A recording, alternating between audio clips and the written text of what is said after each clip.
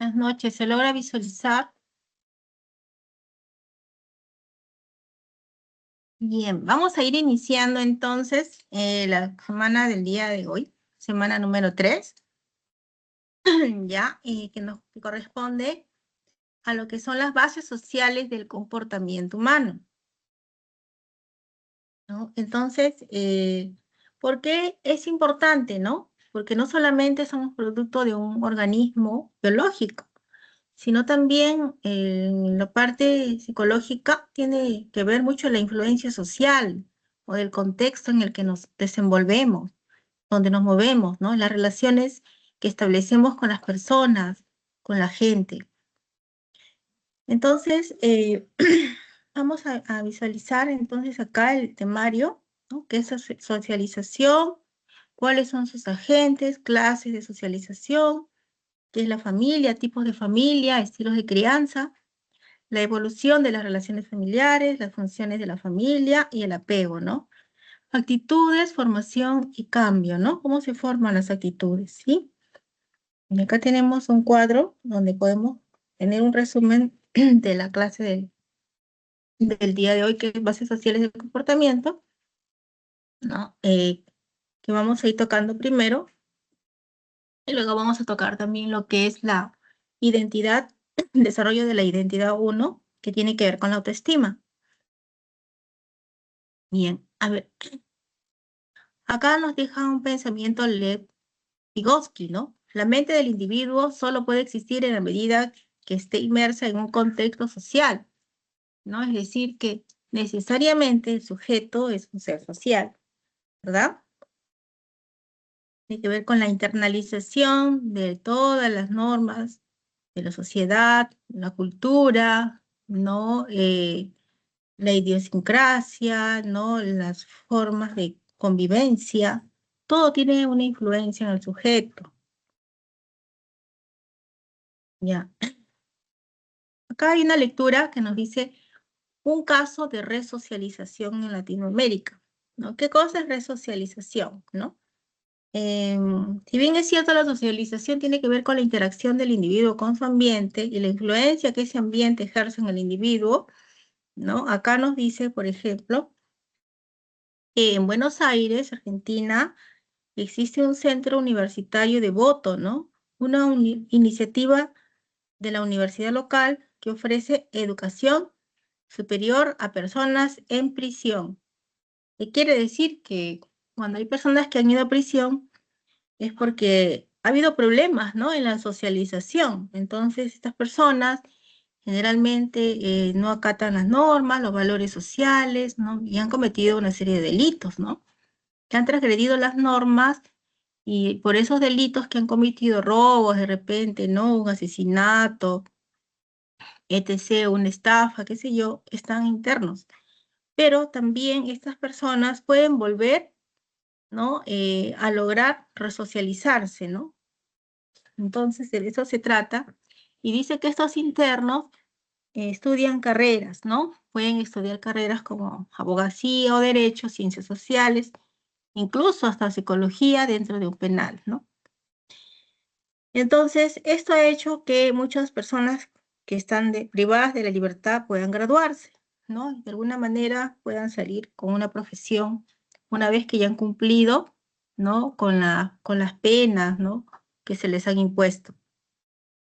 Entonces, hay información o datos donde nos dicen que la reincidencia delictiva, ¿no? Personas que han cursado estos estudios es menor, ¿no? Porque ya han adquirido una educación. Entonces, la educación favorece, ¿no? El que estas personas ya no vuelvan a delinquir, ¿no? Entonces, esto es importante, ¿no? Para una reinserción social que se logra a través de la educación. Bien. Entonces, así nos ponen ejemplos, ¿no? Un ex interno, ¿no? Que a veces ha pasado por cárceles, ¿no? Y vio que se le da la posibilidad de desarrollar herramientas, ¿no? Entonces participa en talleres de computación, etcétera, ¿no? Él decide pasarse a derecho y se recibe, ¿no? Se gradúa en el penal, ¿no? En una cárcel argentina. Bueno, entonces es importante también que las personas, pues, puedan resocializarse, ¿no?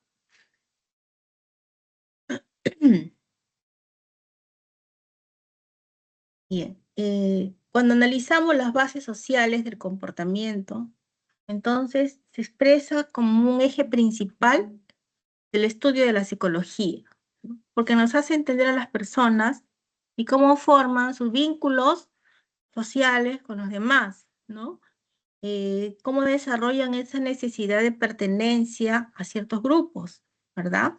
La personalidad del individuo está influenciada por estas agentes, ¿no? Que tienen que ver con las personas con las que nos relacionamos, ¿no? Con la familia, con los amigos, ¿no? También incluso con las instituciones que nos influyen. Entonces, influyen en sus reglas, nos transmiten normas, nos transmiten valores, modelos, y esto influencia la manera que cada uno tiene de pensar, de actuar, ¿no? Y también no solamente de manera individual, sino también cómo nos relacionamos con el colectivo, ¿no?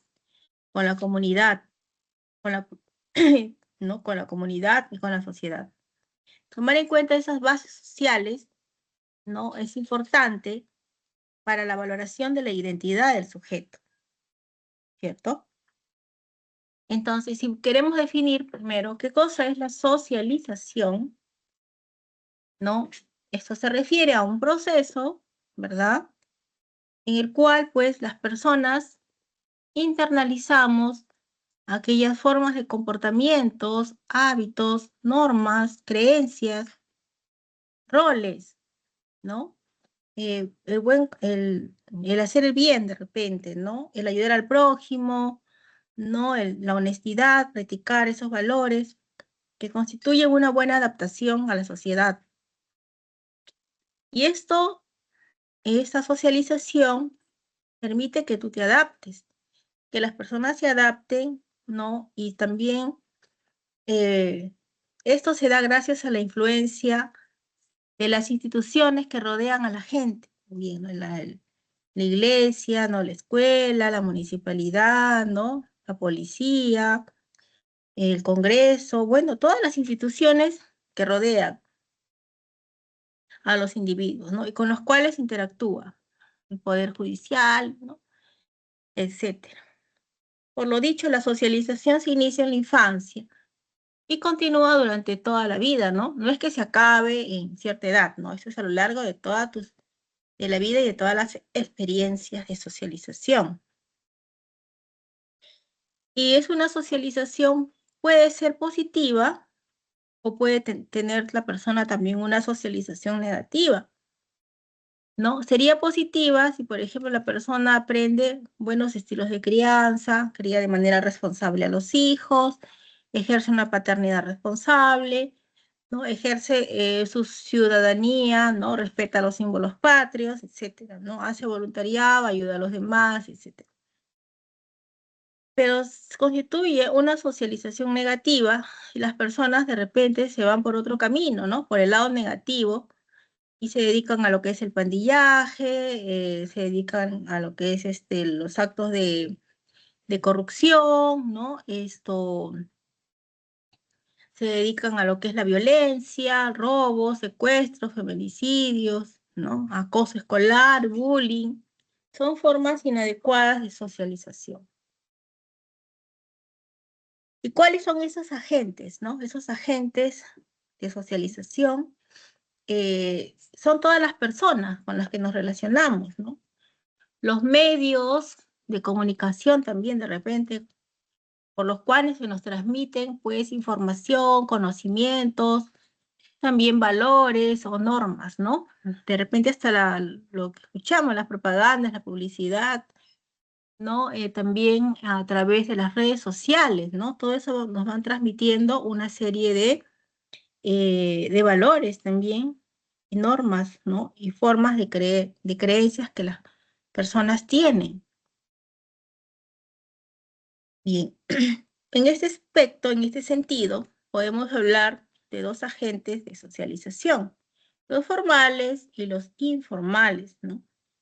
Si hablamos de los agentes formales, podemos entender aquellos que imparten valores y normas de manera estructurada y sistemática, ¿no? Por ejemplo, las instituciones tutelares, ¿no? En la cual forman a los menores de edad. En primer lugar, tenemos la familia, ¿no? La familia es el agente donde nosotros recibimos, pues, las pautas de comportamiento, ¿no? De cómo hacer las cosas, de hacer el bien, de respetar a los demás, ¿verdad? Son reglas que internalizamos y la familia es un agente socializador principal, ¿no? Por excelencia. Luego ya viene la escuela, donde los profesores también, ¿no? Nos imparten sus valores, sus conocimientos, ¿no? Y cómo debemos también respetar a los demás, ¿no? Todas esas pautas adecuadas y saludables que debemos tener. Pero los agentes informales, no, pues no son la escuela, ¿no? No son nuestra familia, ¿no? No es un centro de formación, no es una universidad, ¿no? En los agentes informales se transmiten pautas o normas de manera casual, ¿no? Por ejemplo, acá tenemos los amigos, ¿no? Los amigos que también tienen cierta influencia en nosotros, ¿sí? También algunas instituciones de repente, ¿no? De repente algún club cultural, de repente una organización religiosa, un partido político, ¿no? Algún evento deportivo, ¿no? En el centro laboral también, de repente, la forma como se relacionan las personas dentro de ese ambiente, ¿no? De trabajo, los medios de comunicación, ¿no? Cómo influye la televisión, por ejemplo, a veces pueden pasar programas con contenido violento, ¿no? El internet, ¿no? También promueve a veces los videojuegos que causan adicción, ¿no? Las redes sociales, ¿no? Etcétera. En las clases de socialización también tenemos durante este proceso 3 clases de socialización. Tenemos la primaria, secundaria y la terciaria, ¿no? En la primaria es la que iniciamos en la infancia. ¿Quién nos influye acá? Los padres, ¿no? En el hogar. También los profesores en la escuela, ¿no? En la escuela, cuando recién ingresan a la escuela, en el nido, luego en la primaria, ¿no? Y por su intermedio se quieren, pues, las primeras formas de convivencia, ¿no? De comportamientos. Y también se adquieren las formas de relacionarse, las habilidades sociales para poder comunicarnos con las personas, con la gente, y lograr adaptarnos a todo ese entorno social, ¿no? Y la socialización, es importante, ¿para qué? Para la base de la estructura de la personalidad. En la socialización secundaria se da a finales de la adolescencia e inicios de la adultez, ¿no? Finales de la adolescencia. Entonces, acá la persona tiene que adaptarse a diferentes ambientes sociales. Por ejemplo, cuando vamos a la universidad, ¿no? Nos relacionamos con amigos, con profesores, compañeros, ¿no? Al centro de trabajo también, al jefe, con los diferentes compañeros que ocupan diferentes cargos dentro de un trabajo, ¿no? Hasta las personas de limpieza, por ejemplo. Y diferentes instituciones que también tiene la sociedad. Entonces, esas instituciones, por ejemplo, la iglesia, ¿no? La municipalidad, de repente, ¿no?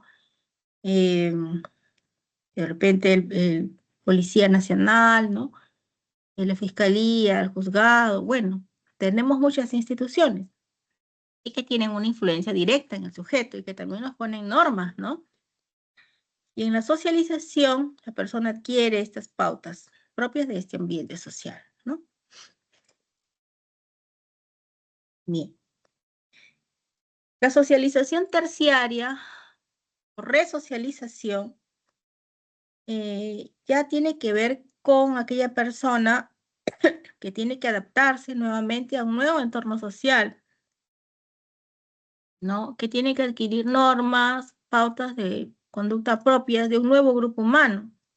Por ejemplo, alguien que sale de una prisión, ¿no? Ha estado acostumbrado a relacionarse con personas de ese entorno, ¿no? Que tienen pues comportamientos de repente distintos, ¿no? Pueden tener comportamientos más violentos, de repente es un entorno donde es muy eh, cargado, ¿no? Porque las personas dentro de una prisión no es como, no es como estar libre, ¿no? Hay hacinamiento, hay muchos problemas. Y volver a insertarse al ambiente social, pues es distinto, ¿no? Eh, ahora, si una persona gana una beca para un país también, por ejemplo, para Europa, ¿no? O con costumbres diferentes acá a Latinoamérica, o viajar, por ejemplo, a otro país como Alemania, Japón, etcétera, ¿no? Entonces, tiene que adaptarse a ese nuevo grupo social. Es decir, tiene que resocializar, ¿no? Resocializar. Y también el proceso de resocialización se da en aquellas personas que están privadas de la libertad, ¿no? Que tienen que de repente han estado recluidas por algún tiempo y luego tienen la oportunidad de cambiar, rehabilitarse e incorporarse nuevamente a la sociedad. Hablemos un poco ahora de la familia, ¿no? Como un agente importante de la socialización. La familia se considera como un microsistema social. Y este microsistema social, que es la familia, ¿no? Está compuesta por sus elementos, ¿no? Por sus miembros. Hay una interdependencia entre cada uno de ellos, ¿no? Por ejemplo, cómo influye el padre en el hijo, la mamá en el hijo, la influencia que hay entre los padres, ¿no? Que afectan mutuamente. Por eso la familia es considerada como la unidad básica de la sociedad, ¿no? Y sin embargo, también ahora tenemos tipos y tipos de familias, ¿no? Los tipos de familia que han ido evolucionando a través de la historia, ¿no? Ya no es la familia nuclear típica, ¿no? Ahora existen diversas clasificaciones de familias. Por ejemplo, según la estructura, tenemos acá la familia nuclear, que constituye, pues, la mamá, el papá y el hijo, ¿no? Que son la descendencia biológica. También pueden ser hijos adoptados, ¿no? Pero la mamá y el papá es el núcleo de la familia. ¿Qué ventajas tiene? Bueno, que de repente tiene mayor posibilidad de satisfacer las necesidades afectivas y económicas, ¿no?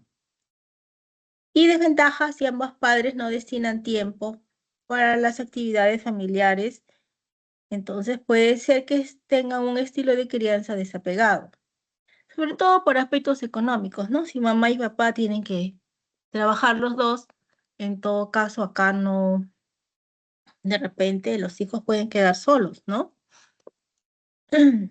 Una familia uniparental o monoparental. Acá está constituida por un progenitor solo, que puede ser papá o mamá, y los hijos. ¿Por qué se da esto? Porque de repente el papá, bueno, se separa de la pareja, ¿no? Padre soltero o madre soltera, o quedó viudo por muerte, ¿no? De la pareja, o se divorció, ¿no?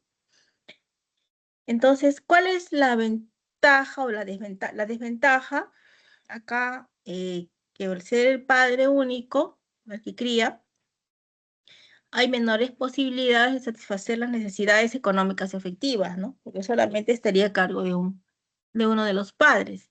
Aunque también puede haber un contacto con el otro padre, pero no exclusivo, ¿no? Porque acá en este caso solamente un padre es el que se encarga de la crianza, ¿no?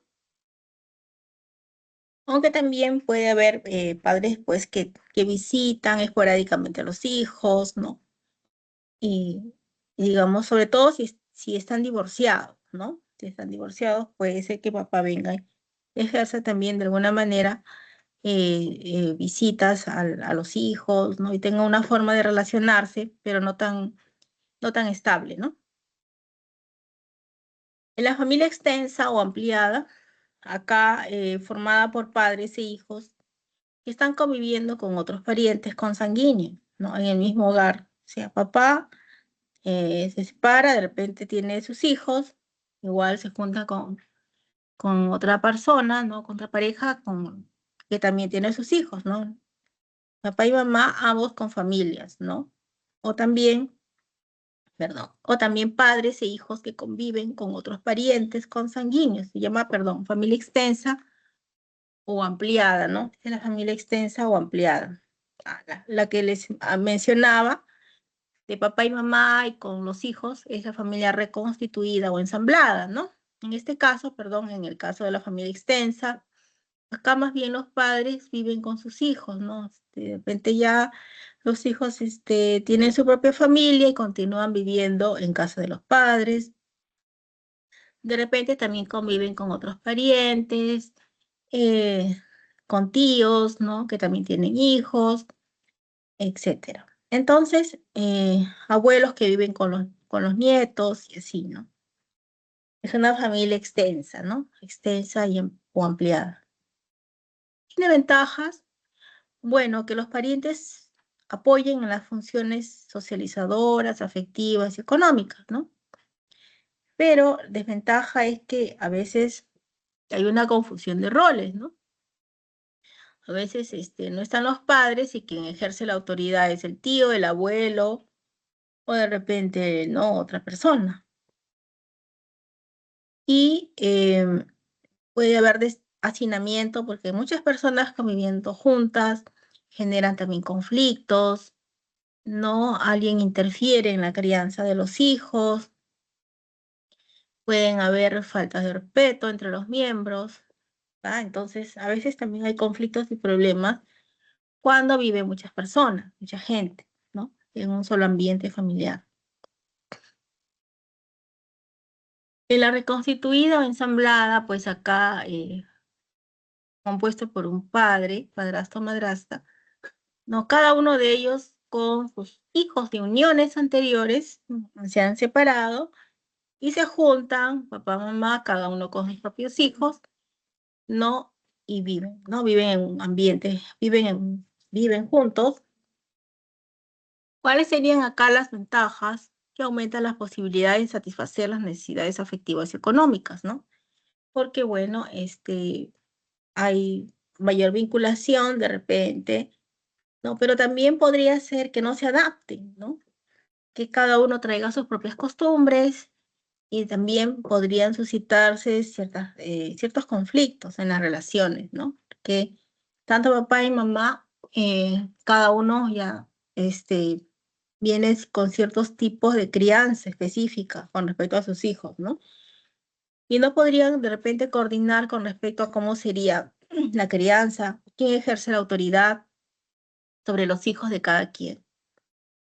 La desventaja es que el proceso de cohesión familiar puede demorar, ¿no? Como no ha habido una costumbre de convivencia desde un inicio, ¿no? Es como que se integran dos familias y esa cohesión no es tan fuerte, ¿no? Puede tomar un tiempo para que pueda tener mayor vinculación afectiva, de repente, ¿no?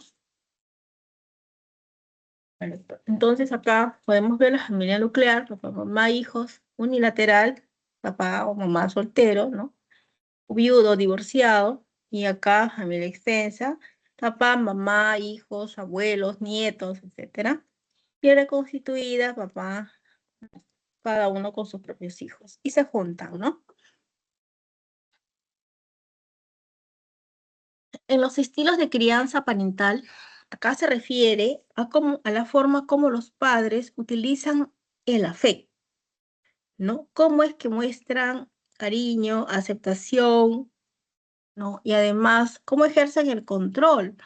¿Cómo ejercen la disciplina, el seguimiento de reglas para poder criar a los hijos?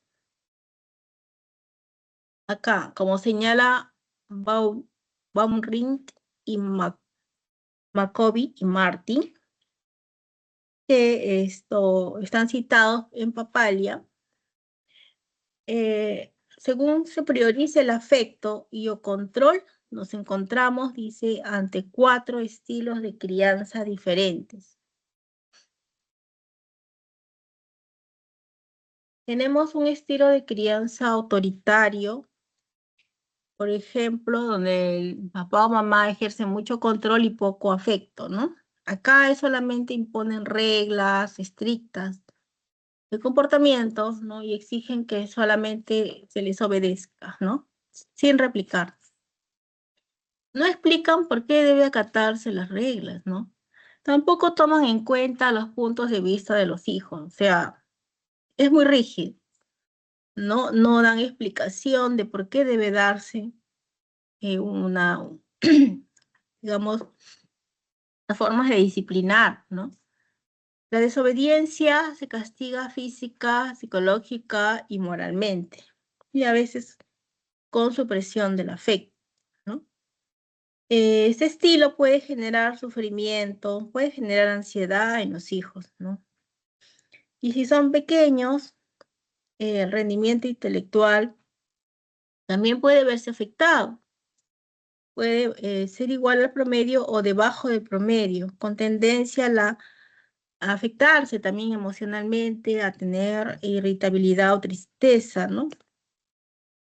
En los adolescentes el rendimiento podría seguir siendo igual al promedio, pero no muestran motivación. Tienden al conformismo, tienen una baja autoeficacia y baja autoestima. En el estilo permisivo, indulgente, mucho afecto y poco control, acá más bien se caracteriza por escasas reglas de conducta que se imponen a los hijos. Acá se permite que se expresen, ¿no? Pero a la vez los padres son muy permisivos y no vigilan y no controlan. Por ejemplo, las horas que tienen que llegar a casa, el cumplimiento de las tareas, ¿no? De repente los deberes que deberían tener también dentro del hogar. No hay un control. Entonces consideran que los hijos deben crecer en libertad, pero no les ponen límites, ¿no? Entonces, eso también es un estilo de crianza indulgente, ¿no? Permisivo. Eh, el escaso control que pueden tener los padres hacia los hijos también puede ocasionar problemas, ¿no? Bajo rendimiento escolar porque no hay supervisión en las tareas, ¿no? De repente no cumplen con ir a la escuela. A la vez también hay escasa habilidad social, no tienen una adecuada forma de relacionarse con los demás porque carecen de autocontrol, ¿no? Pueden volverse rebeldes e impulsivos y con dificultades para adaptarse socialmente. Carecen de mecanismos de afrontamiento también, ¿no? No saben cómo afrontar la frustración. Se tornan muy impulsivos y violentos cuando algo no les salió bien. Personas frágiles para afrontar situaciones difíciles, ¿no? Y además tienen alto riesgo para exponer su salud y pueden hasta llegar al uso de drogas, de alucinógenos, de ingesta de alcohol, ¿no? Y otras conductas de riesgo. En el estilo negligente, si bien el permisivo es indulgente, o sea, mucho afecto, no le das control, no cede a todos los requerimientos de los hijos, ¿no? En el estilo negligente o desapegado, acá también, aparte de que no hay control, no, pero tampoco hay afecto, ¿sí? Acá es al contrario, tampoco. No hay nada de afecto ni control. Entonces, muchos padres delegan esa responsabilidad a otras personas, de repente hasta el vecino, ¿no? O algún familiar, ¿no? El tío, la tía, ¿no? Entonces se desligan de su rol como padres, ¿no? Pueden ausentarse semanas, días, se van a trabajar a otros lugares, ¿no? Y entonces los niños se quedan con otras personas que son sus cuidadores, pero no, que no son los padres. Acá el padre se muestra indiferente, insensible frente a las demandas que puede tener el hijo, ¿no? Y esas exigencias se la delegan a los abuelos, hermanos, tíos. Y justifican esto argumentando encontrarse estresado, que están trabajando, ¿no? Y que no, no tienen tiempo para poder criar a los hijos. Este estilo desapegado puede ser grave, sobre todo cuando son niños pequeños, ¿no? Pues tienen un autoconcepto negativo, pueden tener baja autoestima, escasa confianza en sí mismos y tampoco no asumen responsabilidades, ¿no? Además de otros problemas de conducta.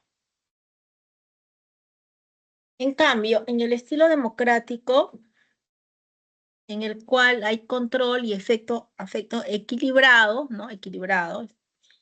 Acá más bien presenta demandas flexibles, ¿no? O sea, explica por qué se aplica una regla, por qué es importante la obediencia, por ejemplo, cumplir deberes, responsabilidades, ¿no? ¿Qué consecuencias trae el no cumplir o el incumplimiento de las responsabilidades? Respeta los deberes y los derechos que también tiene cada uno de sus hijos. Toma en cuenta sus opiniones, aclaran aquellas dudas que pueden tener. Por ejemplo, si no deben si desean salir hasta altas horas de la noche, explicar que es peligroso, ¿no? Que también hay mucha inseguridad dentro de la calle y que para evitar los peligros también tiene que tener cierta supervisión, ¿no? Se deben respetar ciertas normas. Acá se absuelven las demandas con atención y con respeto. Los padres democráticos explican las razones de por qué se tiene que dar una norma. También respetan la independencia del hijo y negocian o toman decisiones en conjunto. Lo que busca es promover comportamientos que sean favorables, ¿no? Que promuevan la salud, el bienestar de ellos. Evitar que caigan en conductas de riesgo, ¿no? En pandillaje, uso de alcohol, de drogas, malas juntas, etc. Acá las normas son congruentes, hay límites claros, ¿no? Y es un estilo óptimo de crianza, ¿ok? Fomenta la adecuada autoestima, el autoconcepto, promueve la creatividad, la responsabilidad, el compromiso y las habilidades sociales, ¿no? Y tienen una relación más armónica entre padres con los hijos. Se llevan bien, ¿no? Se llevan mejor.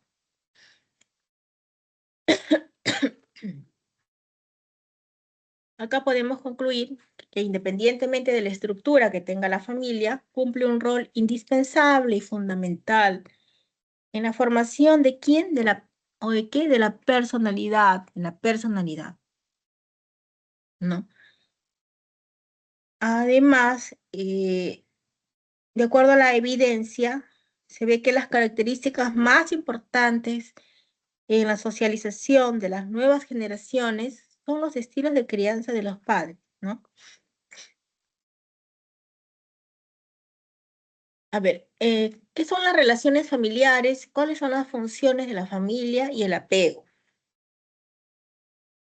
En cada etapa del ciclo vital existen diferentes características.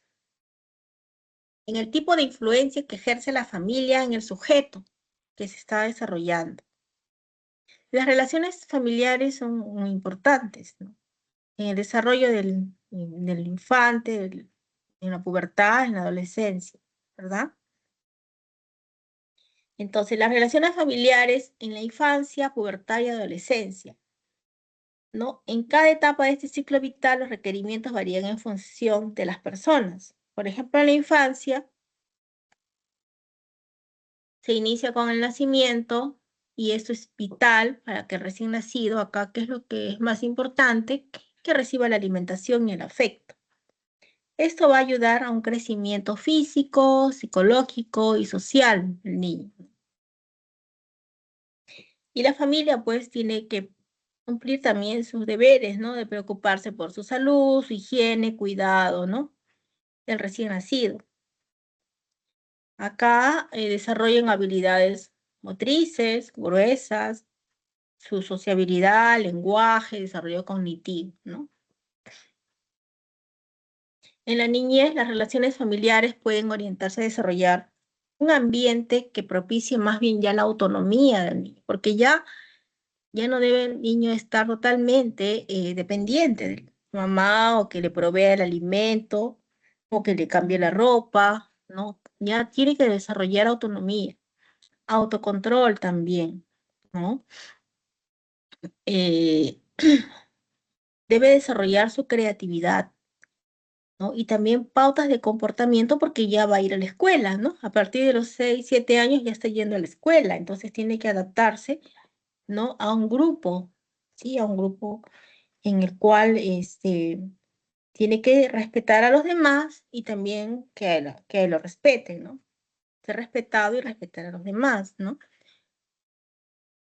Adaptarse a su medio escolar, a la escuela.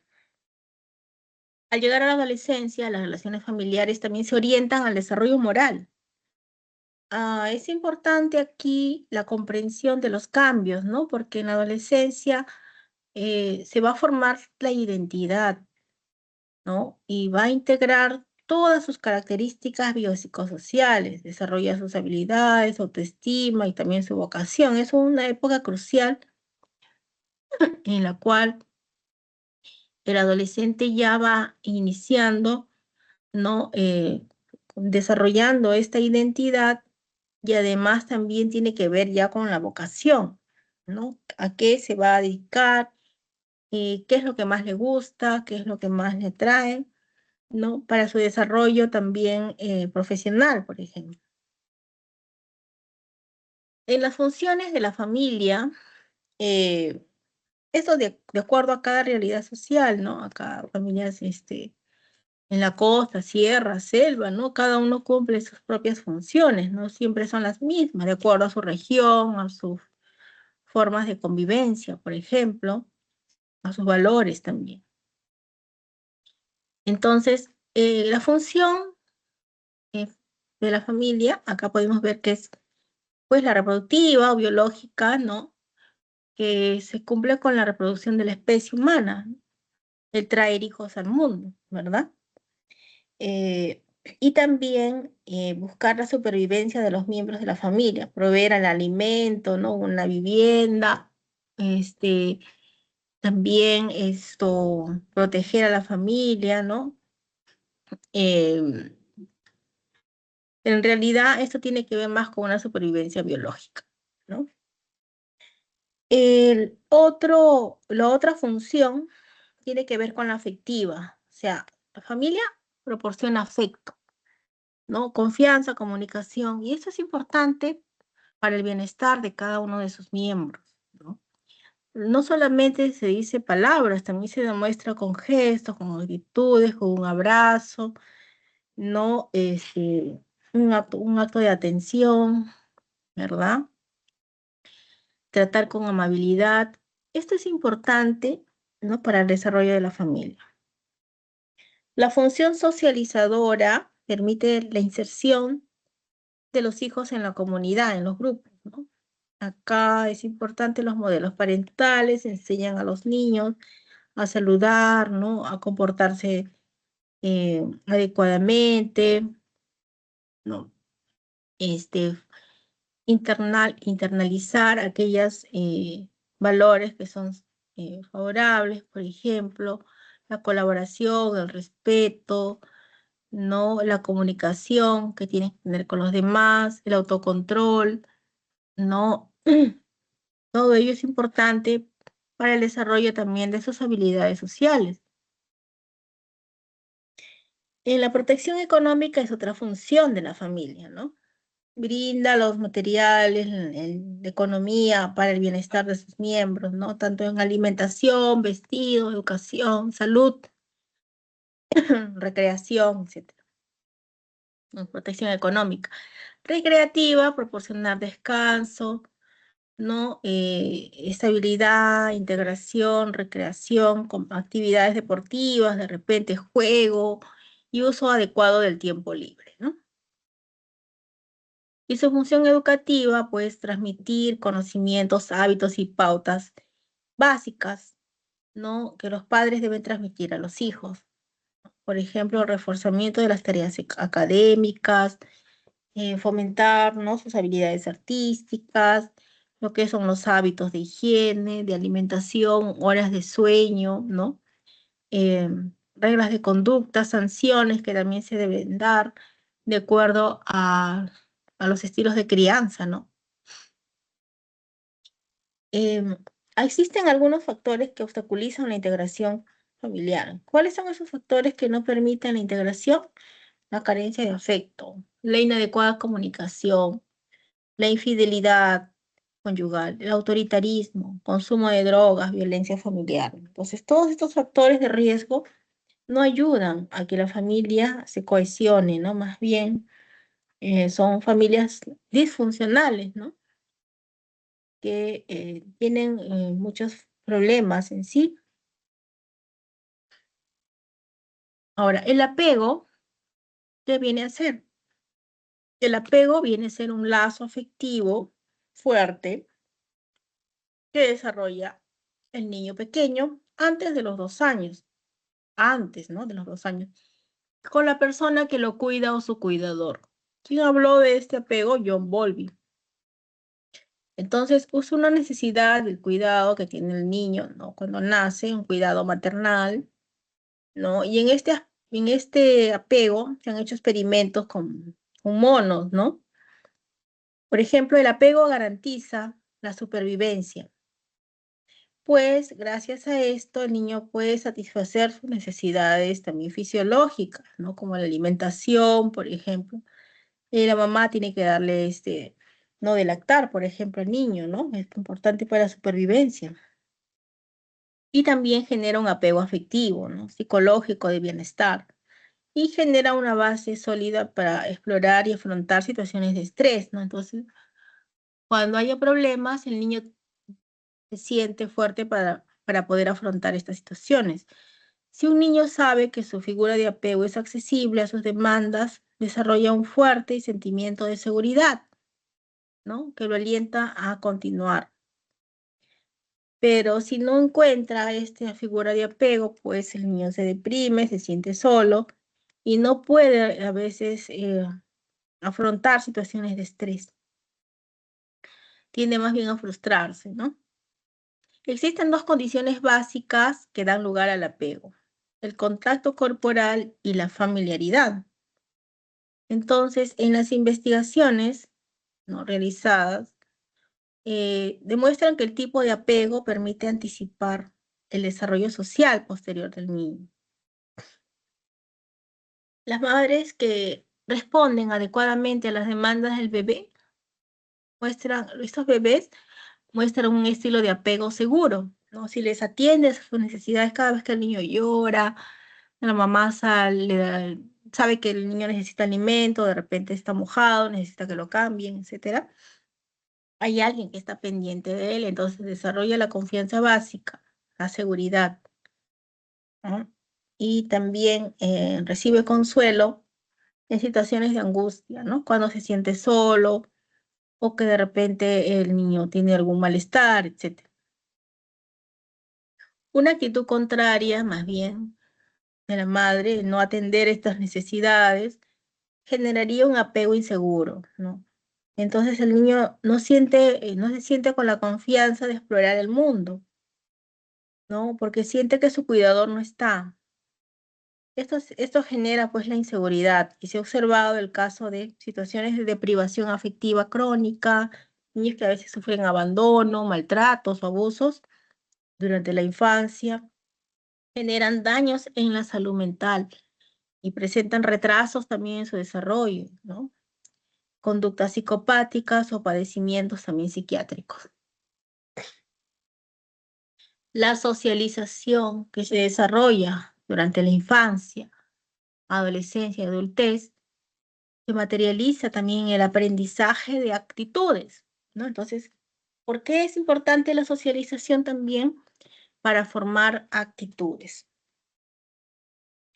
Y en la formación y los componentes y el cambio de actitudes, es la educación y la cultura la que forma y cambia las actitudes. Por ejemplo, las actitudes que tenemos hacia la vida, ¿no? Valorar la vida, ¿no? Valorar a las personas.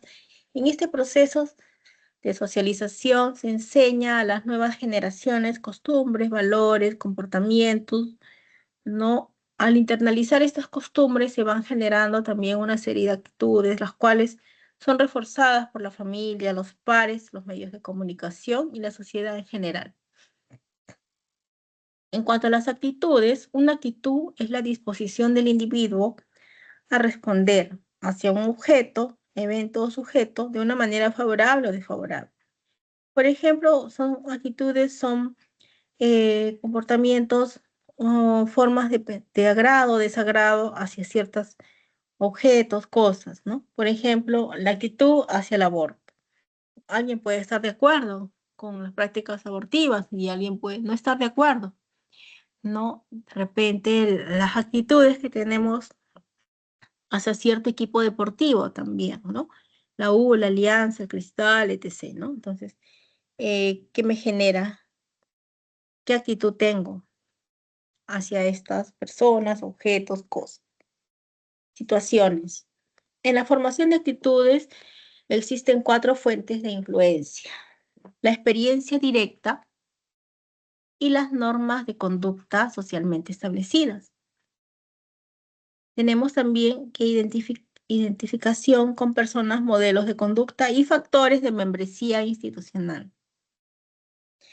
En esa formación de actitudes, entonces, hay que tener en cuenta estos aspectos en la formación, ¿no? Porque tiene que ver cómo yo he internalizado estas formas de influencia, ¿no?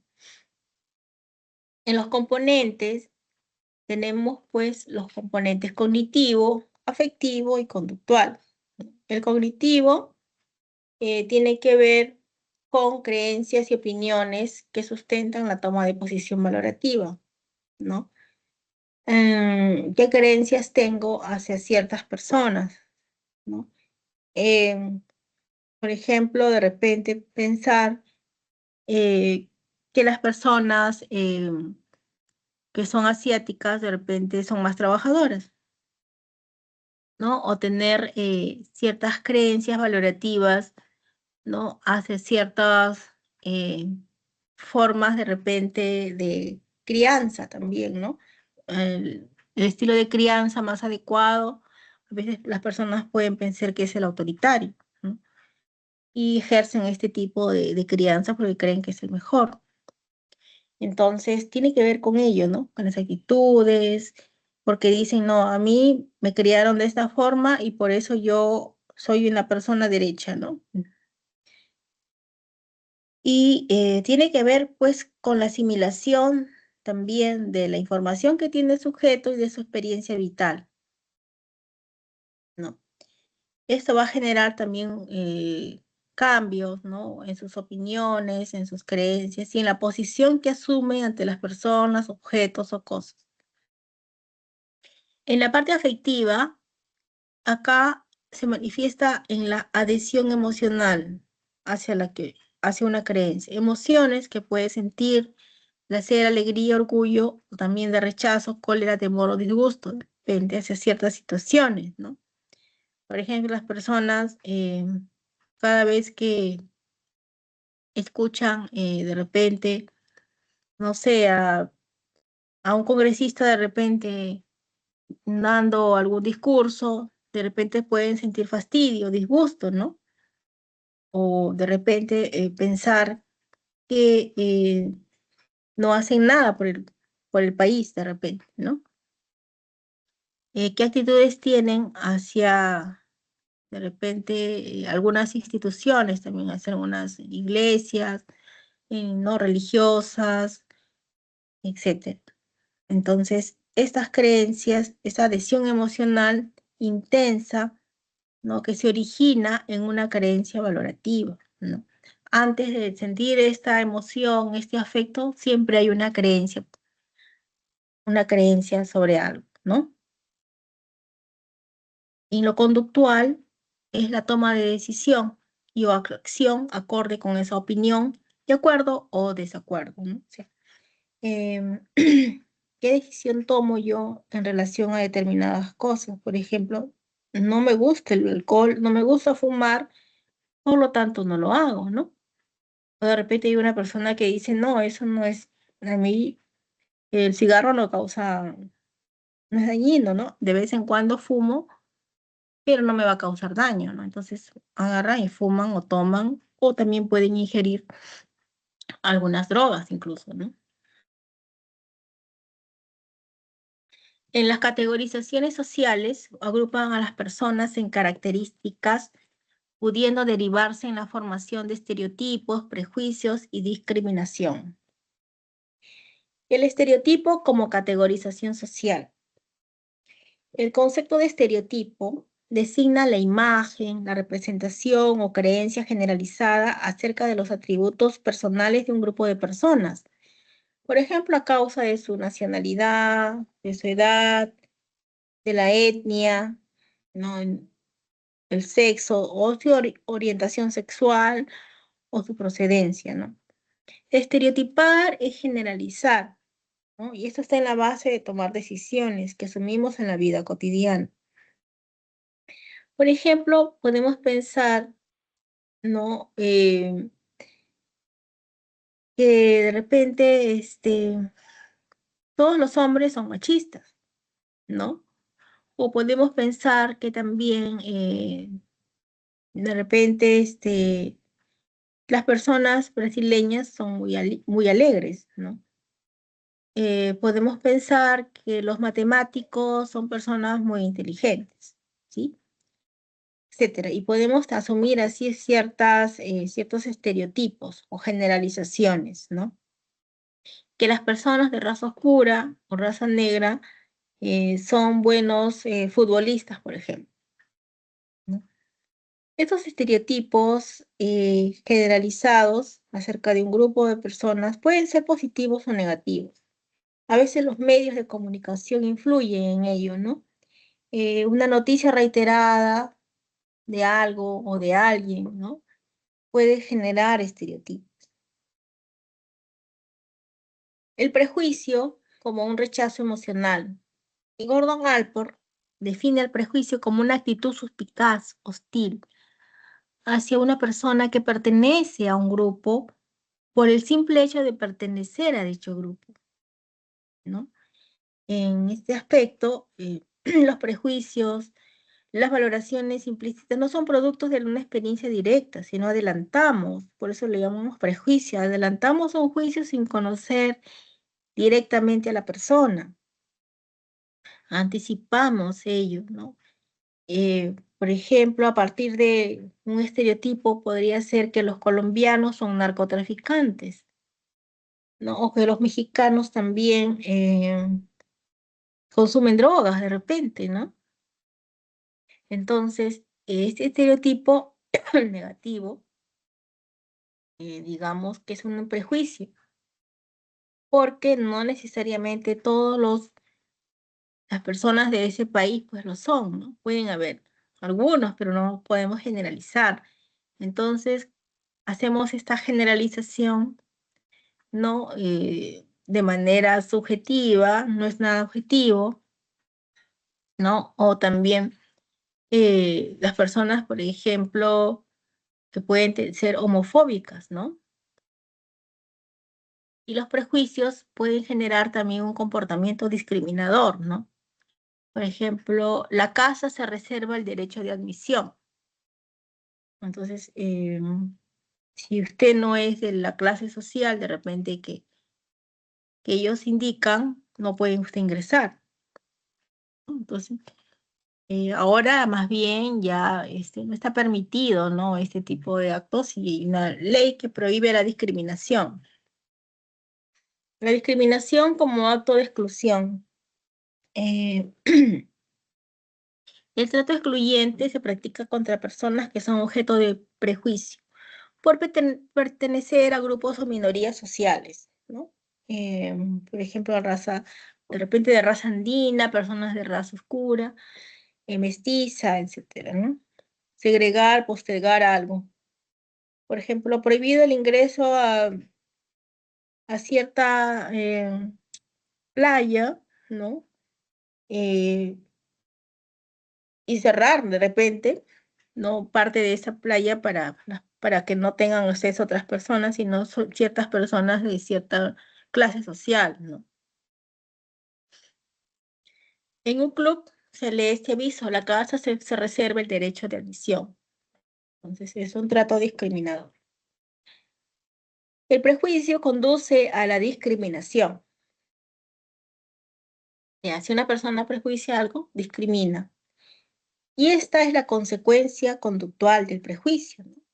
Las personas que asumen una intolerancia ideológica, política, religiosa, de género, de clase, se convierten en protagonistas de un comportamiento discriminador, racismo, sexismo, misoginia, de repente.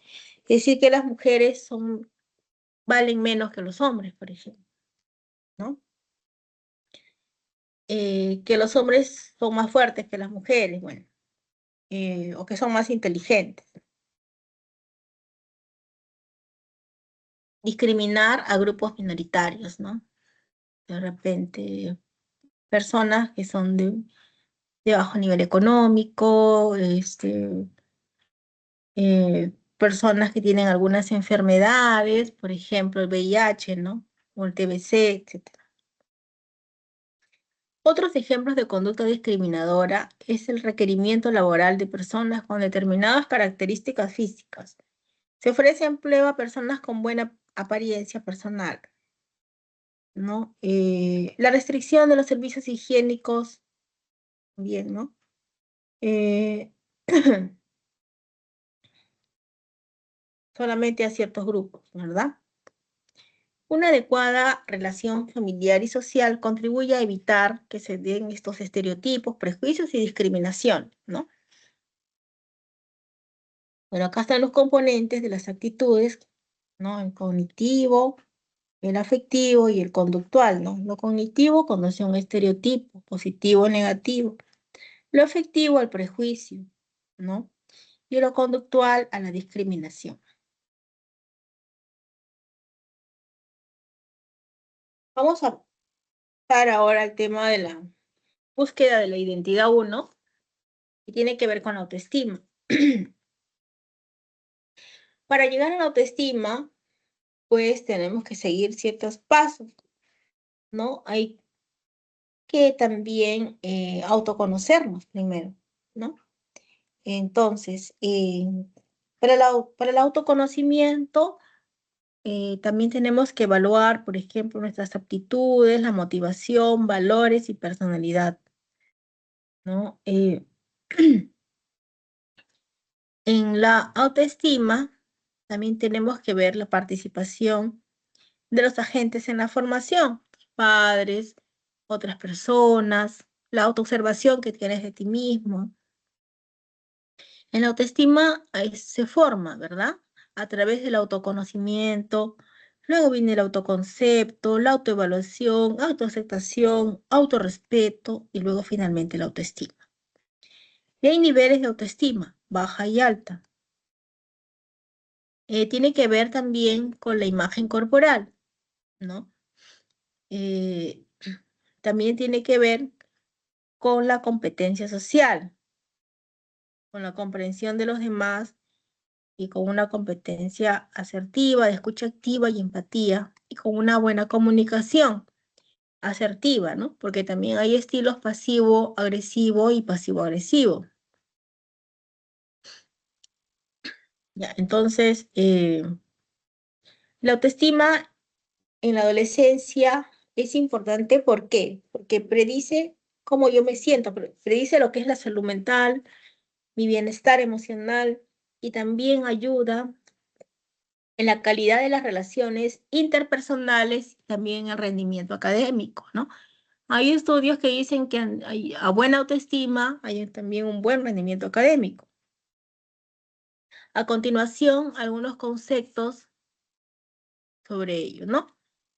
El autoconocimiento, por ejemplo, que es importante para la autoestima, es el primer peldaño, ¿no? Nos dice que es un proceso reflexivo, mediante el cual tú tomas conciencia de cuáles son tus características, ¿no? Físicas, cognitivas, afectivas, conductuales y sociales. Reconoces cómo piensas, cómo sientes y cómo te relacionas con los demás, ¿no? Entonces, esto es algo subjetivo, pero es importante porque acá puedes apreciar y valorar también, valorarte, ¿no? En cuanto a tus aptitudes, tus motivaciones, tus valores y tu personalidad en general. Cuando hablamos de tus aptitudes es porque tú conoces cuáles son tus capacidades, tus habilidades intelectuales, tus talentos y destrezas. Tus motivaciones, cuál es lo que te inspira, ¿no? Llegar a ser un gran profesional, ser exitoso en la carrera, ¿no? ¿Cuáles son las metas que te has trazado? En los valores, ¿cuáles son los ideales que guían tu comportamiento, ¿no? Lo que consideras más importante en la vida. Y en la personalidad, ¿con qué recursos cognitivos, afectivos eh, tienes, ¿no? Y además que eso te define como individuo. Acá, ¿qué es lo que te ayuda? Por qué es importante el autoconocerse? Porque si nos conocemos mejor, podemos regular nuestras emociones, no perder el control, ¿no? Podemos tener mayor tolerancia a la frustración. Podemos ver el propósito de la existencia, por qué estamos acá, el desarrollar la empatía, ¿no? Confiar en el logro de tus objetivos, tomar decisiones que favorezcan tus objetivos. En lo que es el autoconocimiento es un proceso reflexivo. Reflexionamos de nosotros mismos, ¿no? Y también ampliamos ese autoconocimiento de lo que nos pasa, ¿no? Cómo pensamos, cómo sentimos, cómo actuamos.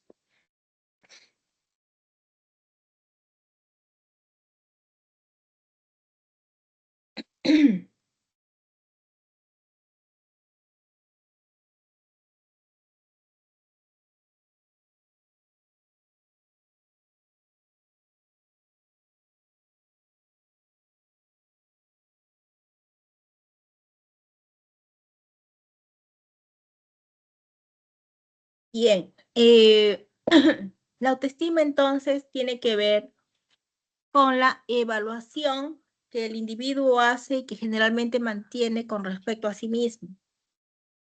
Esta expresa una actitud de aprobación o desaprobación personal, en la medida que nosotros como sujetos nos sentimos capaces, importantes, exitosos y valiosos, ¿no? Eso lo dice Copper Smith. Todos nos damos cuenta o no y desarrollamos un nivel de autoestima, que puede ser un nivel deficiente o puede ser positivo o negativo. Y esta buena autoestima se relaciona también con la buena salud mental. Es como que ayuda al sistema inmune, ¿no? A evitar, por ejemplo, incluso las enfermedades, ¿no? Es un factor protector de bienestar psicológico. Si te sientes incompetente o te sientes menos, eso también te hará sentirte mal, ¿no? Inseguro, con baja autoestima, ¿no? Y con problemas también en tu salud psicológica, pues, ¿no? ¿Cuáles son los agentes importantes en la formación de la autoestima? La autoestima se desarrolla sobre la base de nuestras interacciones sociales, ¿no? Y también en base a la autopercepción. En este sentido, los agentes que influyen en su formación, la autoestima, son los padres, ¿no?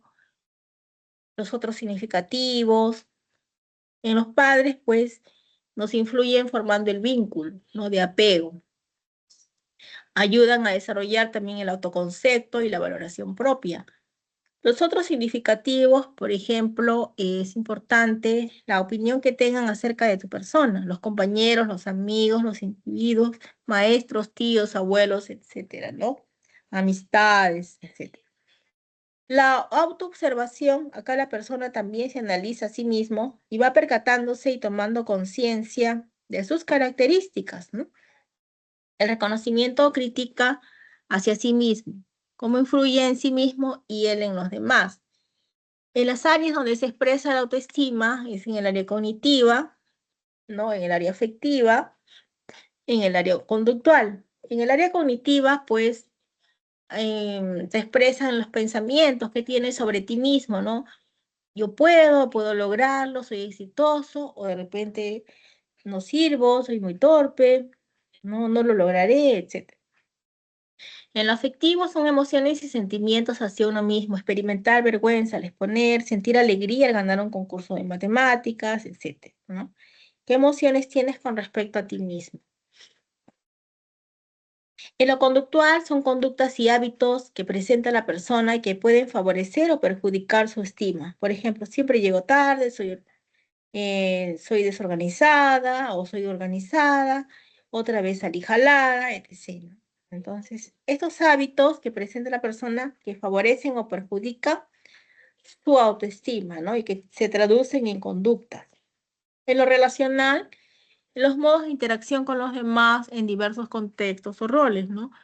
Relaciones con los pares, con las figuras de autoridad, ¿no? Se relaciona adecuadamente, o de repente constantemente tiene conductas explosivas, es rebelde, ¿no? Etcétera. En los niveles de autoestima, tenemos acá, por ejemplo, la baja autoestima y la alta autoestima. Las personas con baja autoestima, por lo general, no confían en sus capacidades, ¿no? Y también creen tener muchos defectos, les cuesta iniciar proyectos, carecen de iniciativa, tienen dificultad en la toma de decisiones y es más vulnerable al rechazo, a la presión de los pares, ¿no? En las personas con alta autoestima, por el contrario, reconocen sus fortalezas y sus habilidades, se siente merecedor de afecto, reconocimiento, expresa con éxito sus dificultades, lucha por sus objetivos, se trata a sí mismo con respeto con respeto y consideración, ¿no? La falsa autoestima. La falsa autoestima es lo que muestra una persona que aparenta aprecio por sí mismo, tiene recursos para enfrentarse a retos, pero esto le genera un gasto emocional muy grande, tiene sentimientos de ansiedad, inseguridad, depresión. Y esta falsa autoestima puede ser una forma de manejar un sentimiento de desaprobación hacia sí mismo. Hay personas que la adoptan, tratan de esconder esas debilidades, centrándose su seguridad en posesiones materiales, ¿no? Piensan que valen por lo que tienen, de repente algunas tienen casa, carro, ¿no? O tienen ciertas cosas materiales con lo que buscan compensar a veces su deficiente autoestima.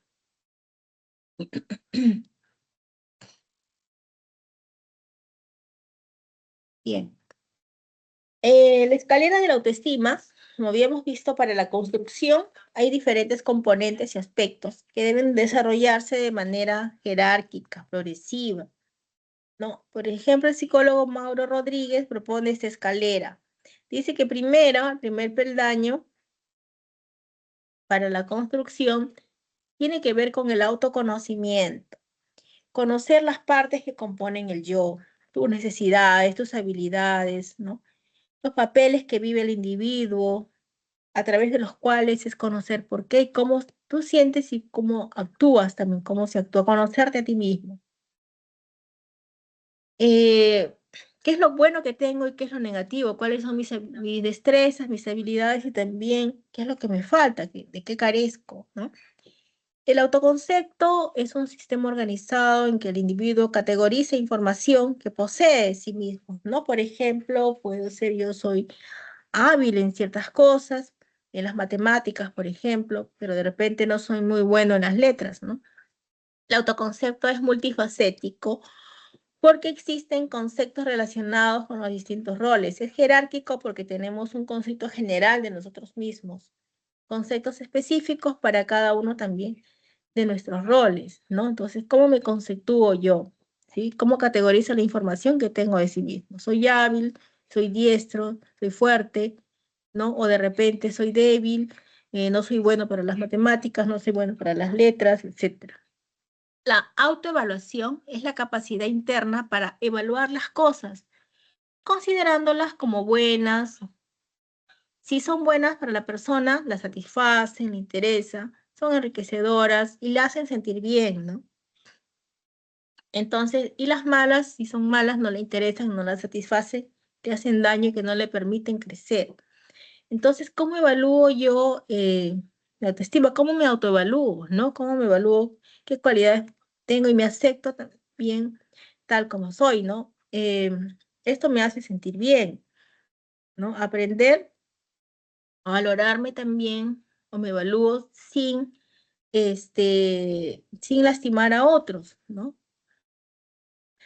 Y la autoaceptación tiene que ver con cuando nos aceptamos todos, nuestros defectos, nuestras debilidades, nuestras capacidades, etcétera, ¿no? Con los límites que también tenemos. Querernos sin condiciones implica que enfoquemos nuestra experiencia a una actitud que vuelva, ¿no? Que una actitud, digamos, que no sea tan exagerada en resaltar aquellas cosas que son negativas, ¿no?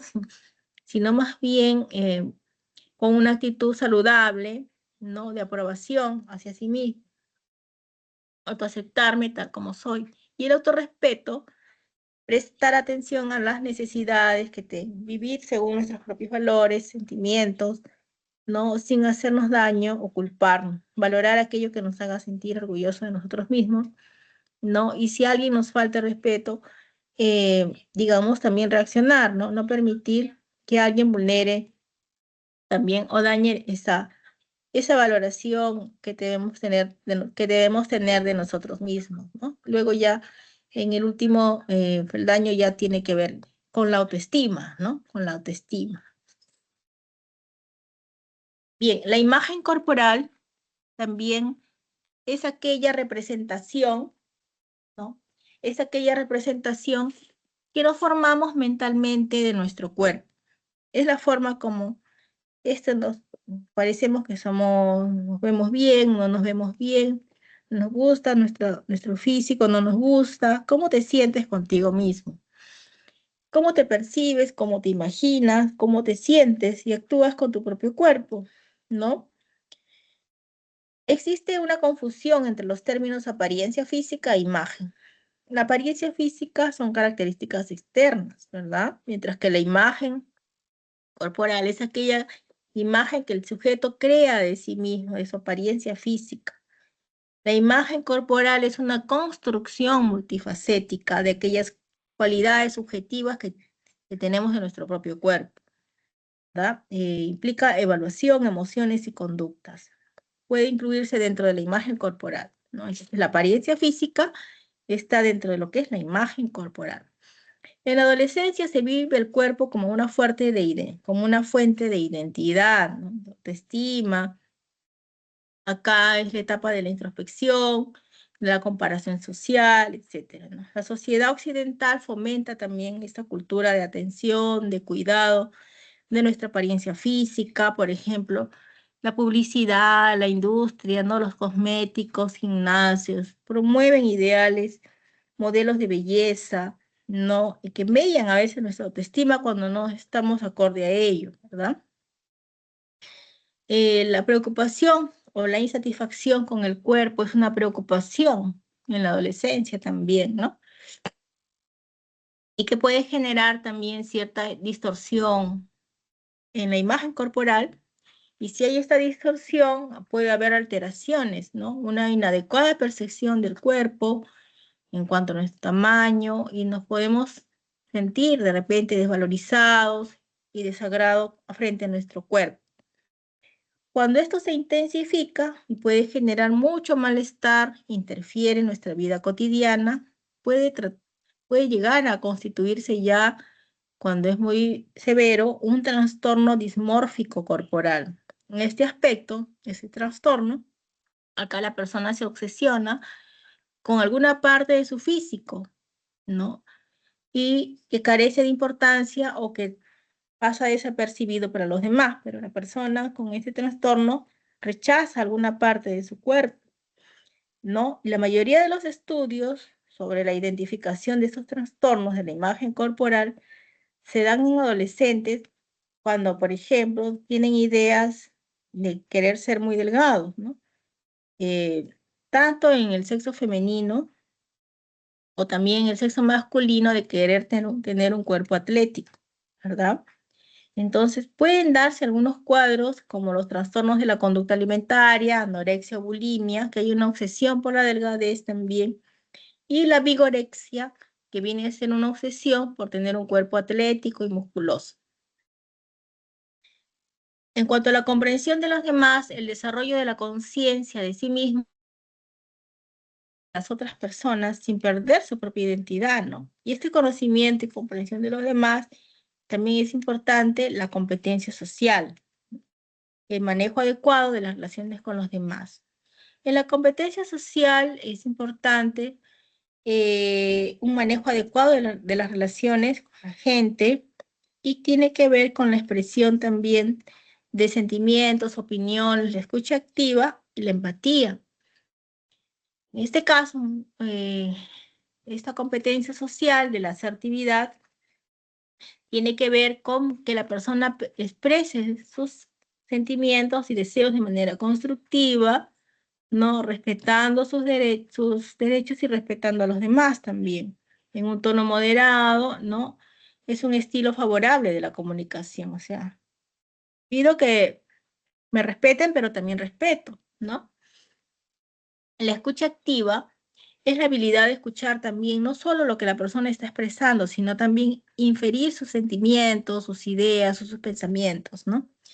Es importante acá en la escucha activa participar, preguntar, aclarar pensamientos, sentimientos del interlocutor. Esto es importante para una comunicación eficaz y el desarrollo de la empatía, ¿no? Habilidad de escuchar. La empatía más bien tiene que ver con la capacidad de comprender los sentimientos y emociones de las otras personas y se construye a partir del autoconocimiento de las propias emociones, sentimientos, ¿no? Y impulsa a las personas a salir de sí mismas, identificarse y comprender mejor lo que le sucede a los demás, es ponerse en los zapatos del otro, ¿no? Entender de repente que si una persona tiene algún problema, ponerse en su lugar. También eso implica poder de repente ayudar a la persona que está pasando un mal momento, etc.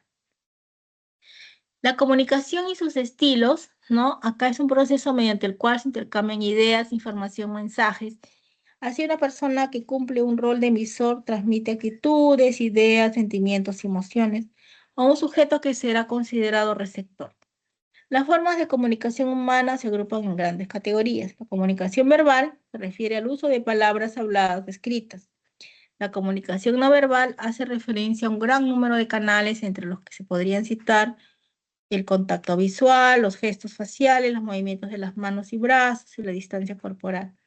Se estima que el 70% de la comunicación es fundamentalmente no verbal, ¿no? Y también tenemos los estilos pasivos, los estilos agresivos y pasivo-agresivo y asertivo, ¿no? Ya también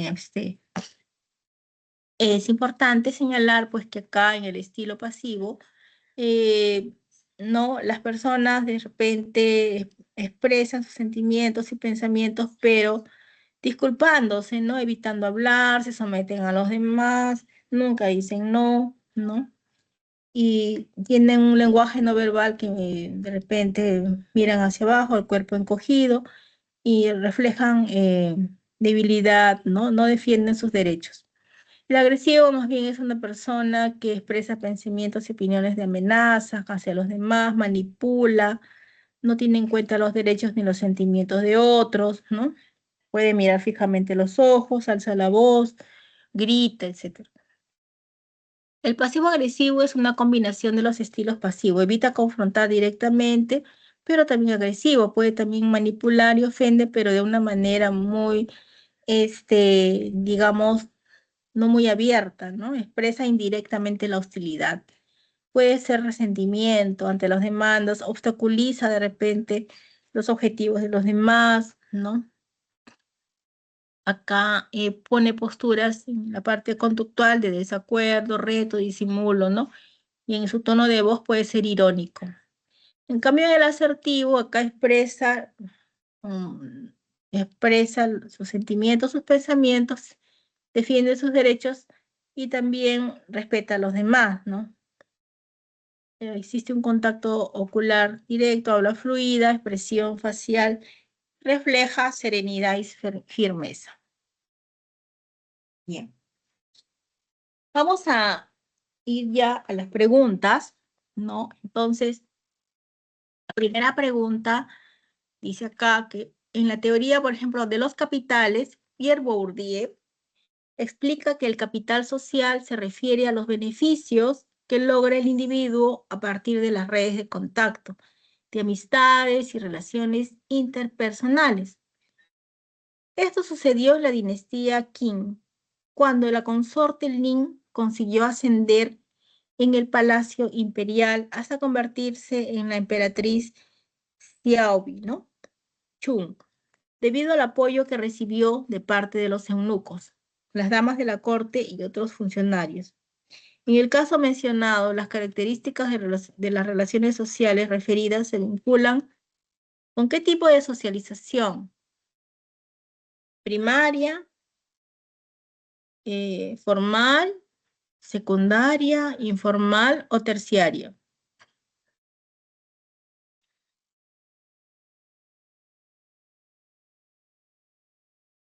¿Cuál sería?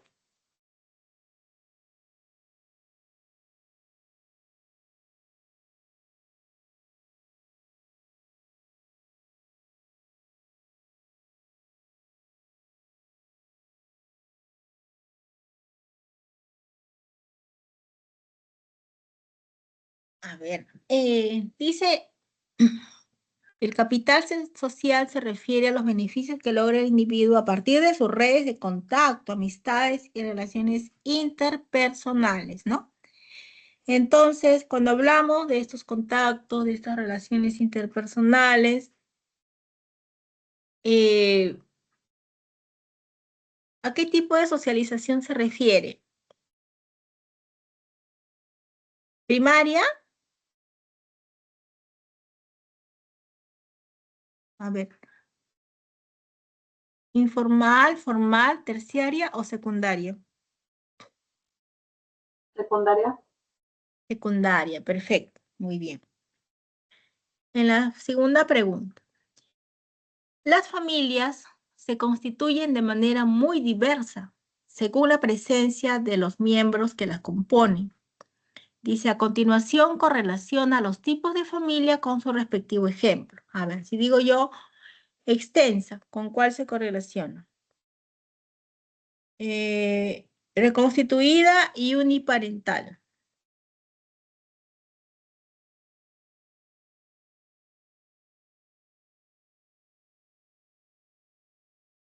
¿Cuál sería uniparental? Acá, uniparental. ¿Sería la A, la B o la C? La C. La C, ya, muy bien. En la serie Gilmore Hill, Lorelai cría sola y con esfuerzo a su hija Rory, ¿no? Muy bien. Extensa, ¿cuál sería? Con la B. Muy bien, con la B. ¿Y la reconstituida? Con la A. Con la A, muy bien. Entonces la respuesta correcta aquí sería la letra D, ¿no? La D. La D es 1C, 2B y 3A. Ya. La tercera pregunta dice, en Estados Unidos se realizó un estudio donde se analizó cómo mediante el proyecto Action Civics Program interactúan agentes formales e informales para promover la participación cívica entre adolescentes. Se descubrió que la unión de ambos agentes aumentó significativamente el conocimiento cívico, la confianza en sí mismo y disminuyó el cinismo hacia la política. En relación con la clasificación de estos agentes de socialización, identifique los enunciados correctos. Primer enunciado dice: las redes sociales como agentes formales transmiten pautas de comportamiento de manera casual. ¿Cuál es correcto o incorrecto?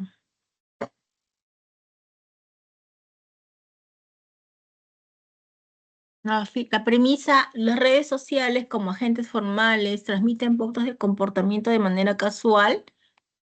¿Eso es verdadero o falso? ¿Mm? Falso. Ya. Y la segunda premisa: los agentes formales transmiten normas y valores de manera planificada.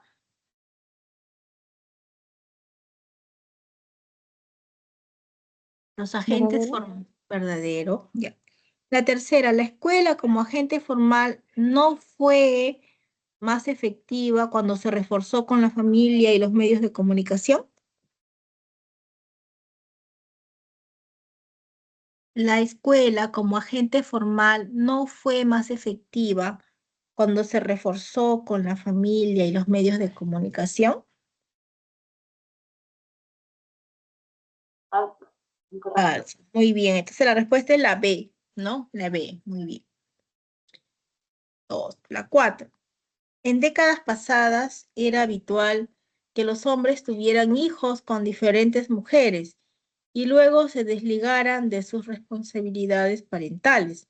Sin embargo, en la actualidad existen leyes que sancionan a aquellos que no cumplen con estas responsabilidades, como en el caso de la determinación de la pensión alimenticia, hasta que el hijo cumpla la mayoría de edad, y en casos excepcionales culmine su educación superior. Este aspecto está vinculado principalmente con la función, rayita, en la dinámica familiar. ¿Qué función?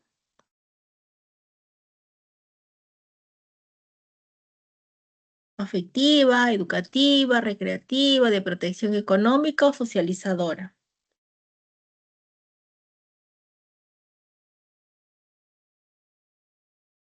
La E. La E, de protección económica, ¿no? Muy bien. 5.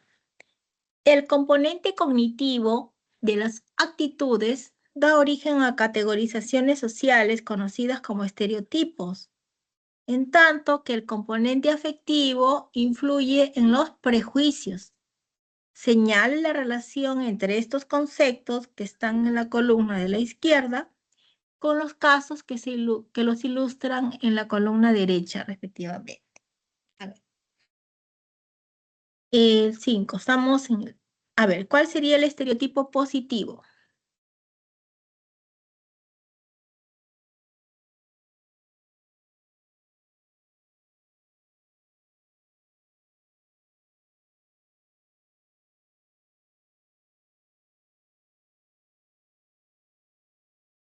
Un estereotipo positivo,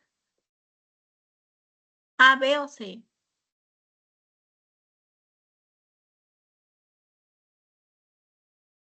La B.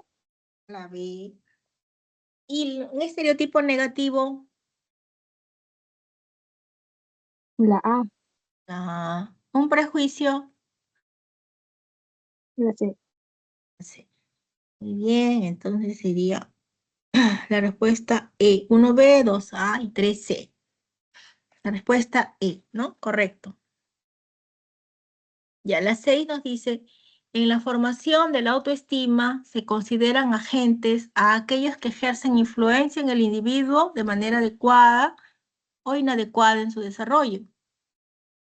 En relación con el enunciado anterior, señale el valor de verdad o falsedad en las siguientes expresiones.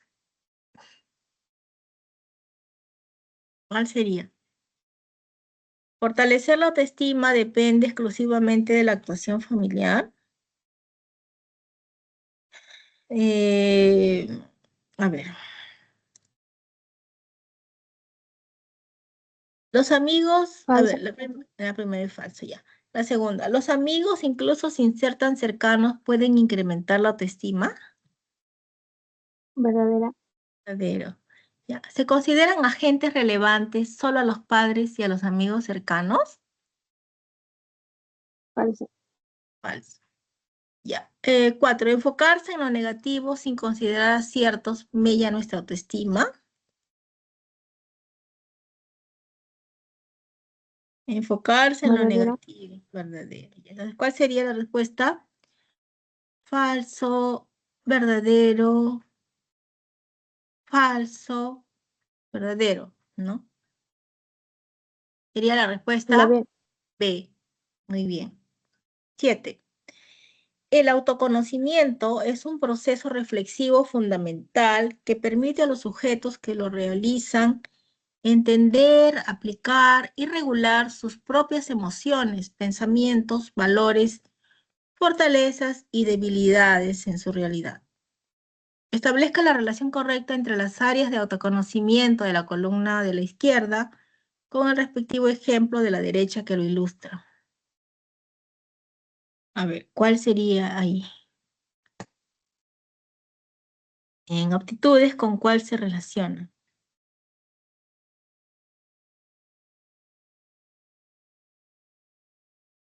Aptitudes, a ver, ¿cuál sería aptitudes? ¿A, B, C o D?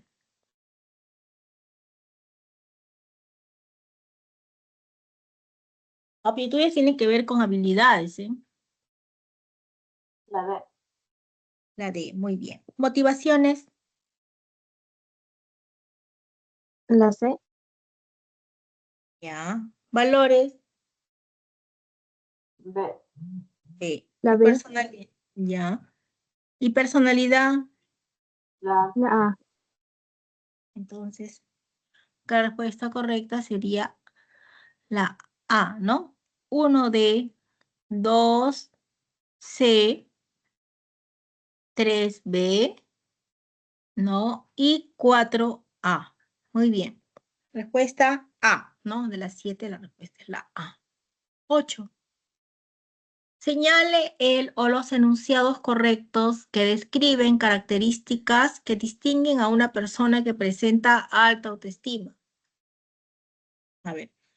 Ya, alta autoestima. Por ejemplo, Raúl reconoce y valora sus propios logros, procede igual con los ajenos.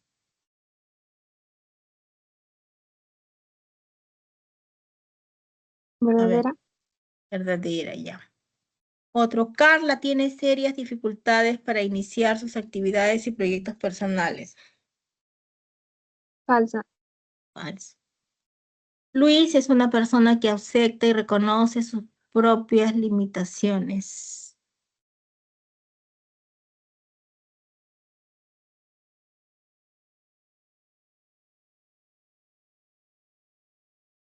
¿Verdadero o falso?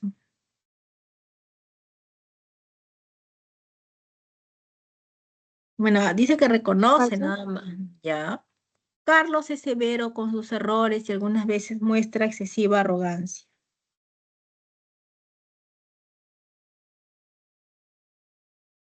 Carlos es severo con sus errores y algunas veces muestra excesiva arrogancia. Es una arrogancia, es una falsa, ¿no? Autoestima. Entonces, ¿qué sería lo de Carlos? Falsa. ¿Verdadero? Falso. Muy bien. Entonces, la respuesta eh, correcta. A ver. A ver, vamos a ver. Acá nos dice reconoce y valora ya, solo uno, ¿no? Solo 1 y 3. Ah, bien. Luis también sería verdadero, ¿eh? Porque Rubén reconoce sus propios errores, reconoce sus logros, está bien, autoestima, pero Luis también acepta y reconoce sus limitaciones, ¿no? O sea, también tiene que ver con una autoestima alta, ¿no? ¿Sí? Entonces sería la 1 y la 3, sería la respuesta D, ¿no? La respuesta D. 1 y 3 son verdaderos. La 9, a ver. Las personas cuando interactúan y se comunican muestran un patrón u orientación constituida por emociones, pensamientos y conductas típicas, es decir, un estilo de comunicación. A continuación, relaciona los estilos de comunicación de la columna de la izquierda con los ejemplos de la derecha. A ver, acá tenemos que vincular, ¿no? ¿Cuál sería el comportamiento pasivo?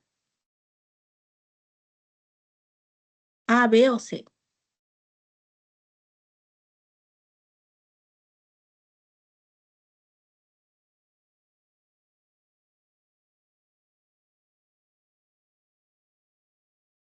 Pasivo, a ver.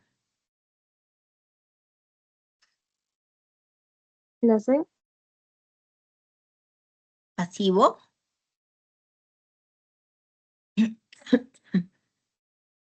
A ver, la 1.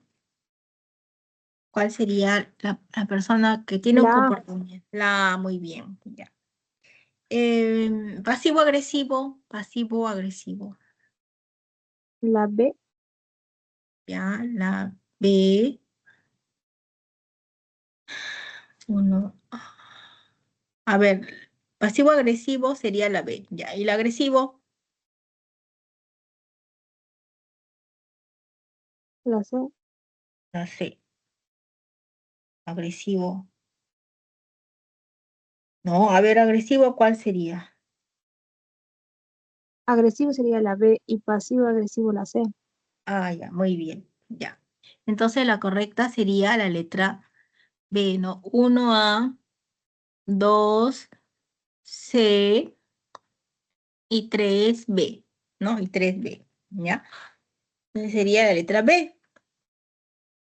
Ya. Ahora vamos a la 10. Dice, la conducta asertiva es una competencia social que favorece la comunicación y la resolución de conflictos en las relaciones interpersonales.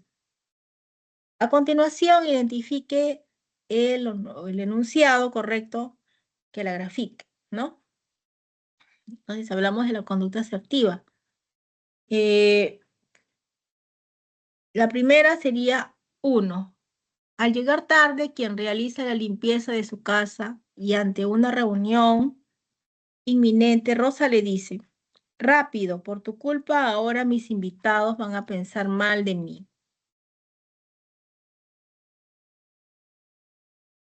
¿Esto sería alguna conducta asertiva o no?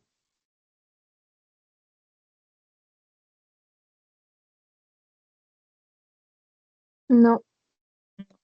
Ya, falso. 2. Cuando su hijo le enseña una nota sobresaliente, Yasmín acostumbra a responderle, muy bien, hijo, felizmente has heredado mi inteligencia y no la de tu padre. ¿Eso sería una conducta asertiva? ¿Verdadero o falso? Falso. Ya. 3. Si alguien solicita a Raquel algo que no desea dar, ella suele decir, no puedo prestártelo. Esto es algo que no me gusta compartir, pero preguntemos a otros, de repente hay alguien que pueda. ¿Es una conducta asertiva? ¿Verdadero o falso? Verdadera. Verdadero. Muy bien, entonces la correcta sería la letra E, ¿no? Solo 3, ¿ya? ¿De acuerdo? Ok, correcto. Ya. ¿Quedó claro? ¿De repente hay alguna duda, alguna pregunta sobre el cuestionario? Todo claro, Miss. Oh, muchas gracias. Muchas gracias.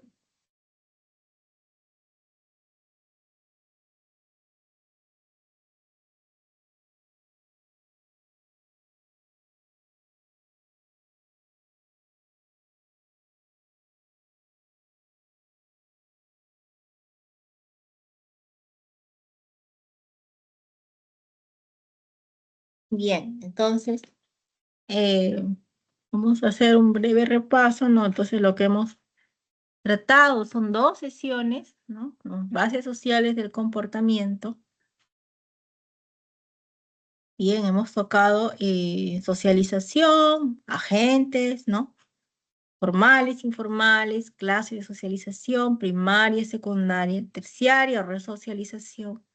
Familia, hemos tocado definición, tipos de familia, nuclear, uniparental, extensa o ampliada, reconstituida, ¿no?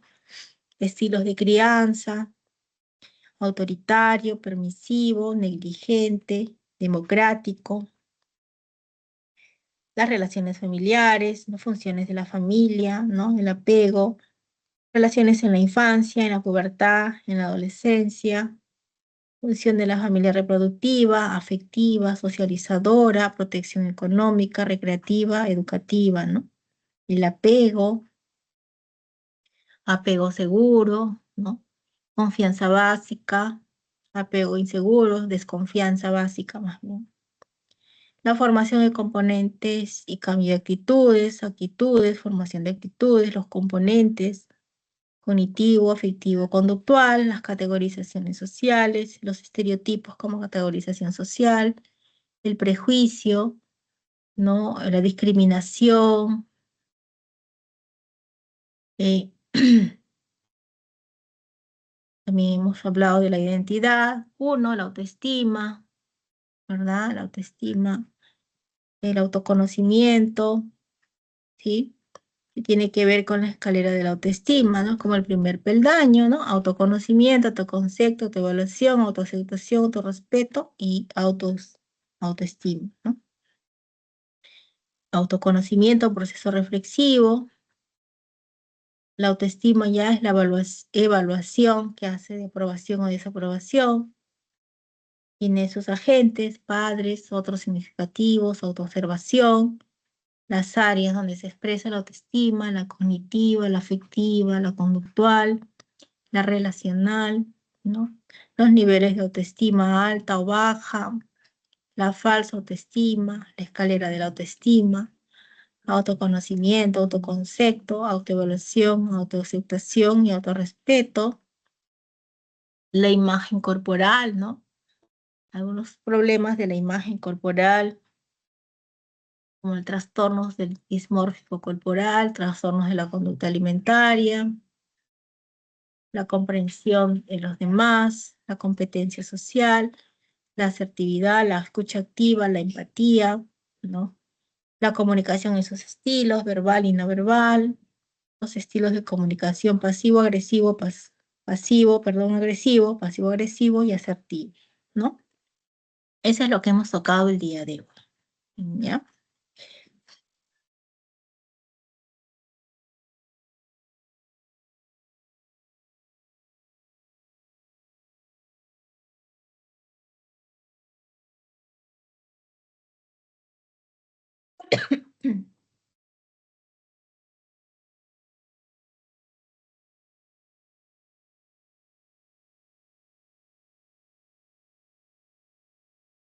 En cuanto a las preguntas, bueno, han sido 10 preguntas de los dos temas, ¿no? Ver.